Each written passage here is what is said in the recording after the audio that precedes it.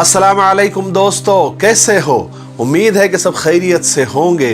अल्लाह आप लोगों को ऐसे ही खुश रखे। सरकार दो आलम सल्लल्लाहु अलैहि वसल्लम की पूरी जिंदगी पर बनने वाली वीडियो सीरीज जिसका नाम मोहम्मद सब के लिए है, ये उसका छठा हिस्सा यानी पार्ट 6 है। थोड़ा हम रिकैप कर लेते हैं कि हमने 5वें हिस्से में क्या सुना। हमने 5वें हिस्से में सुना कि आपके पैदाइश से पहले और पैदाइश के बाद कितने अजीब अजीब वाकयात हुए। बड़े बड़े यहूदियों के राहिबों ने, उनके आलिमों ने आपके आमद को पहचाना और रूम और फारस के महलों में जलजला आया और हजारों साल से जलता हुआ जो आतिश कदा था, जो आग थी, वो भी बुझ गई और दरियाए सावा जोश मारकर सूख गया। और आपके पैदाइश के वक्त, आपके जन्म के वक्त हजरत आमिना ने एक बहुत बड़ा नूर भी देखा और जो साथ में उस वक्त एक औरत थी, उसने देखा कि सितारे बिल्कुल जमीन पर झुके जा रहे हैं। और फिर हमने सुना कि दूध पिलाने के लिए हजरत हलीमा ने सरकार दो आलम सल्लल्लाहु अलैहि वसल्लम को लेकर अपने गांव, अपने घर लेकर गई, जो देहात में जाया करते थे। वहां पर आप सल्लल्लाहु अलैहि वसल्लम की वजह से इतनी बरकतें नाजिल हुई और इतनी रहमतें नाजिल हुई कि जानवरों के थनों में दूध आ गया और हजरत हलीमा का सीना भी दूध से भर गया। उनकी जो ऊँटनी लागर थी, दुबली थी, वो ताकतवर हो गई और भागने लग गई। और जहां पर दाई हलीमा के जानवर, ऊँट वगैरह चरते थे, वहां पर खूब घास होने लग गई। और हुजूर की बरकत से दाई हलीमा के पूरे गांव में रहमतें नाजिल होना शुरू हुई, जो लोगों ने अपनी आंखों से देखा। फिर हुआ ये कि उस वक्त दूध पिलाने की मुद्दत 2 साल हुआ करती थी। 2 साल पूरी होने के बाद में जब वापस हुजूर पाक सल्लल्लाहु अलैहि वसल्लम को वापस हजरत आमिना के पास देने का वक्त आया, तो हजरत हलीमा का दिल नहीं चाह रहा था। वो हजरत आमिना के पास गई और इसरार करके दोबारा सरकार दो आलम सल्लल्लाहु अलैहि वसल्लम को अपने साथ कुछ दिनों के लिए वापस अपने गांव लेकर आ गई। चलिए अब आगे सुनते हैं। जब सरकार दो आलम सल्लल्लाहु अलैहि वसल्लम की उम्र 4 साल की हुई, तो आप कभी कभी बकरियां चराने जंगल जाया करते थे। एक दिन की बात है कि आप बच्चों के साथ बकरियां चराने जंगल चले गए।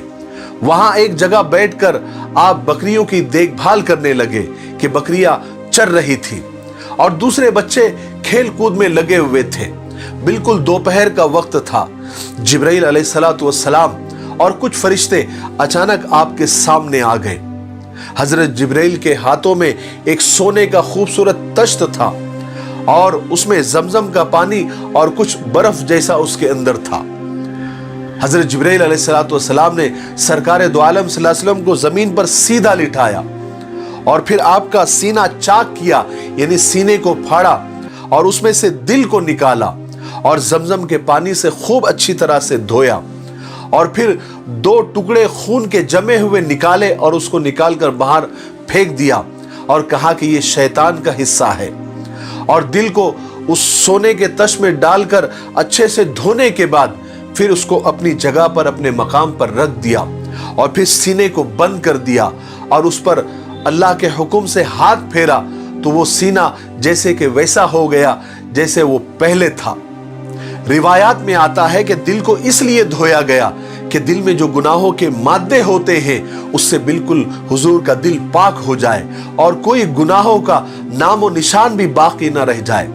और जमजम और बर्फ से इसलिए धोया गया कि गुनाहों का मिजाज गर्म होता है, इसलिए वो माद्दे मासियत यानी जो गुनाहों का मादा होता है उसको ठंडा करने के लिए, उसको बुझाने के लिए बर्फ का इस्तेमाल किया गया, ताकि गुनाहों की हरारत और उसकी गर्मी का भी नामो निशान बाकी ना रहे। जब दूसरे बच्चों ने ये सब मंजर देखा तो वो तो डर गए, सहम गए। सब दौड़ते हुए, घबराते हुए दाई हलीमा के पास पहुंचे और बच्चों ने जाकर बताया कि किसी ने मोहम्मद को कत्ल कर दिया। दाई हलीमा ये सुनते ही बदहवास होकर हुजूर के पास दौड़ते हुए आई, तो देखा कि आप जंगल में डरे डरे, सहमे सहमे खड़े हैं और पसीने से शराबोर है। दाई हलीमा के शौहर ने एकदम से आपको अपने सीने से लगाया, चुमकारा और पूछा कि क्या हुआ मोहम्मद, क्या हुआ था? तो सरकार दो आलम सल्लल्लाहु अलैहि वसल्लम ने बताया कि दो लोग मेरे पास आए थे, उन्होंने मुझे पकड़कर सीधा लिटाया और मेरे सीने को चाक किया, अंदर से कुछ निकाला, उसको धोया, दोबारा अंदर रख दिया और फिर सीना जैसे के वैसे करके वो लोग चले गए। इस वाक़े ने दाई हलीमा और उनके शौहर को बिल्कुल डरा दिया। वो घबरा गए और उनको ऐसा लगा कि कहीं आगे चल के ऐसा कोई वाक़या और ना हो जाए और मोहम्मद को नुकसान ना हो जाए। इसलिए हिफाजत को ध्यान में रखते हुए हजरत हलीमा और उनके शौहर ने सरकार दो आलम सल्लल्लाहु अलैहि वसल्लम को मक्का लेकर आ गए और हजरत आमिना के सुपुर्द कर दिया, उनके हवाले कर दिया।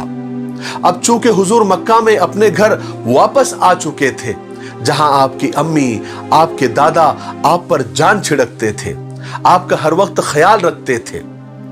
फिर जब आपकी उम्र 6 साल हुई तो एक दफा का वाकया है कि हजरत आमिना आपको साथ लेकर यस्रिब गई। यस्रिब ये मदीना का पुराना नाम है और आपके साथ में आपकी बांदी उम्मे ऐमन भी थी और यस्रिब में हजरत आमिना का ननियाल था। वहां पर हजरत आमिना 1 महीना ठहरी। यस्रिब में कुछ यहूदी आलिमों ने जब आपको देखा तो आपके बारे में नई नई खबरें देने लगे और जल्दी ही ये खबर सारे यस्रिब में फैल गई। यहूदियों की जमातें आपको देखने के लिए आने लगी क्योंकि यहूदियों के पास आसमानी किताबें थी और उन किताबों में हुजूर पाक सल्लल्लाहु अलैहि वसल्लम की आने की निशानियां सारी की सारी साफ साफ लिखी हुई थी और आखिरी नबी आने की खबर भी उसमें साफ साफ लिखी हुई थी और बहुत सारी पेशन गोइयां और बहुत सारी निशानियां बताई गई थी। तो जब वो यहूदी या उनके आलिम जब देखते थे हुजूर को तो पहचान लेते थे। एक दिन हुआ कि यहूदियों की एक जमात आपको देखने के लिए आई तो उनमें से एक बुजुर्ग राहिब, एक आलिम ने जब आपको देखा तो वहीं पर पुकार उठा कि ये बच्चा इस उम्मत का नबी बनेगा और मैं गारंटी से कहता हूं कि ये इसी शहर यस्रब में हिजरत करके आएगा। बहरहाल फिर 1 महीना ठहर कर बीबी आमिना यस्रब से मक्का के लिए रवाना हुई, मगर यस्रब से जब वो चलकर मकाम अबुआ पर पहुंची जहां पर उनके शौहर यानी सरकार दो आलम सल्लल्लाहु अलैहि वसल्लम के अब्बा जनाब अब्दुल्ला की कब्र थी, तो वहां ठहर गई क्या, ठहरना पड़ा। गमे मोहब्बत ने दामन पकड़ लिया और कहा कि शौहर की कब्र तो देखते जाओ, फिर पता नहीं देखना नसीब हो या ना हो। हजरत आमिना के दिल में एक चोट उभर आई, कलेजे का जख्म हरा हो गया। कुछ थकान, कुछ शिद्दत गम, कुछ मौसम का असर, बीबी आमिना बीमार हो गई और बीमारी बढ़ती चली गई। उस वक्त दवाखानों का, शिफा खानों का रिवाज कहां था और उस वीरान जगह पर कौन तबीब आता, कौन इलाज करता। बस ले दे के उम्मे ऐमन साथ में थी जो बीबी आमिना की बांदी थी, जो बीबी आमिना का ख्याल रखती थी। बीबी आमिना की तबीयत इतनी खराब हो गई कि मौत का फरिश्ता सामने आकर खड़ा हो गया और कहने लगा कि ओ आमिना, तुम्हारी सांसों की गिनती अब पूरी हो चुकी। आमिना, तेरा दाना पानी अब दुनिया से उठ चुका। बीबी आमिना को अपने मरने का गम नहीं था, ज्यादा गम इस बात का था कि मेरे बाद मेरे दिल के टुकड़े मोहम्मद का क्या होगा, उसकी खबरगिरी कौन करेगा। पैदा होने से पहले बाप का साया उठ गया, अब कुछ होश संभाला तो मां के सामने मौत खड़ी है। दुनिया में हर बच्चे को मां बाप का ही सहारा होता है, उन्हीं की शफकत के सहारे बच्चे परवान चढ़ते हैं। रिश्तेदार भले ही कितने ही अच्छे हो, लेकिन मां बाप की मोहब्बत भला कहां पैदा होती है। यही गम बीबी आमिना को मरते मरते खाए जा रहा था। उम्मे ऐमन बीबी आमिना को तसल्ली देती, ढारस बंधाती, हौसला देती और कहती कि ए उम्मे मोहम्मद, ए मोहम्मद की मां, तुम फिक्र मत करो, तुम ज्यादा परेशान मत हो, थोड़ी सी बीमारी है, 2-4 दिन में तुम ठीक हो जाओगी। लेकिन उम्मे ऐमन को क्या पता था कि कुदरत को कुछ और ही मंजूर है। खुदा वो साचा ही तोड़ देना चाहता था जिस साचे में मोहम्मद को बनाया था, ताकि फिर उस जैसा कोई ना हो। बीबी आमिना की तबीयत बिगड़ती चली गई। बीबी आमिना ने अपने जिगर के टुकड़े मोहम्मद के सर पर हाथ फेरा और वही आखिरी हाथ था। कुछ कहना चाहा लेकिन बीमारी की शिद्दत ने इजाजत नहीं दी। दो चार करवटें ली और नन्हे मोहम्मद परदेश में बिन मां के रह गए और वही मकाम अबुआ पर जहां पर 7 साल पहले जनाब अब्दुल्ला दफन हुए थे, वहीं पर बीबी आमिना भी दफन हो गई। सरकार दो आलम सल्लल्लाहु अलैहि वसल्लम ने होश के जमाने में यह पहला इतना बड़ा हादिसा देखा, वो भी इतना अलमनाक, इतना दर्दनाक। मां के हमेशा की जुदाई, वो भी कहां, परदेश में, रिश्तेदारों से दूर, बेकसी और नाआशनाई की मौत। ये मौत अगर मक्का में होती तो सैकड़ों लोग मैयत में आ जाते, घर घर से रोने वालियां आ जाती, मगर यहां उम्मे ऐमन और सरकार दो आलम के अलावा कोई आंसू बहाने वाला नहीं था। आज के लिए इतना काफी है, क्योंकि वीडियो काफी लंबा हो रहा है।